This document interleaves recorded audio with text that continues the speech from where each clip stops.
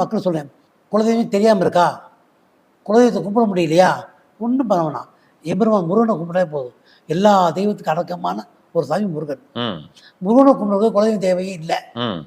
குலதெய்வம் தெரியாதவங்களுக்கு முருகனை கும்பிட சொல்லி சாஸ்திரம் ஐதீகம். அதனால் குலதெய்வ தோஷம், பித்ரு தோஷம், பாவ தோஷம் மக்கள் மனதை போட்டு மனதை குழப்பிக்கிற வேண்டிய அவசியமே தேவையில்லை. சாமிக்கு தோஷமே கிடையாது. தோஷங்கிற வார்த்தையை மறந்துங்க.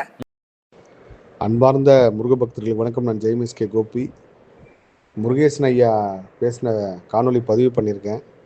இந்த பிரபஞ்சம் ஒன்றுக்கு ஒன்று தொடர்பை ஏற்படுத்தி எல்லா விஷயத்தையும் நடத்துன்றது வந்து இந்த சமூகம் உதாரணம். விரைவில் வந்து முருகேசன் ஐயாவோட நான் ஒரு நேர்காணல் பங்கேற்க போகிறேன். என் சார்ந்து நிறைய கேள்விகள் இருக்குது அவர்கிட்ட கேட்குறதுக்கு.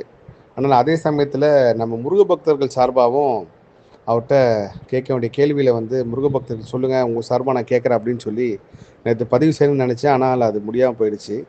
நான் முருகேசன் ஐயா பேட்டி வந்து பார்க்கவே இல்லை. முருகேசன் ஐயா முருகப்பெருமானை பற்றி சொல்லியிருக்காருன்னு ஒரு முருக பக்தர் எனக்கு அனுப்பினார். அதை பார்த்த உடனே பெரிய ஆச்சரியமாக இருந்துச்சு. ஸோ இந்த கண்டிப்பாக இந்த முருக பக்தர்கள் கேட்குற கேள்விகளும் ஐயா கிட்ட கேட்கணும் அப்படின்னு சொல்லி இந்த காணொலியும் நான் பதிவு பண்ணி இந்த குரல் பதிவு பண்ணுறேன்.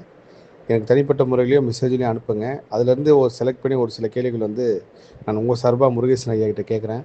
எல்லா புகழும் முருகனுக்கே. நன்றி.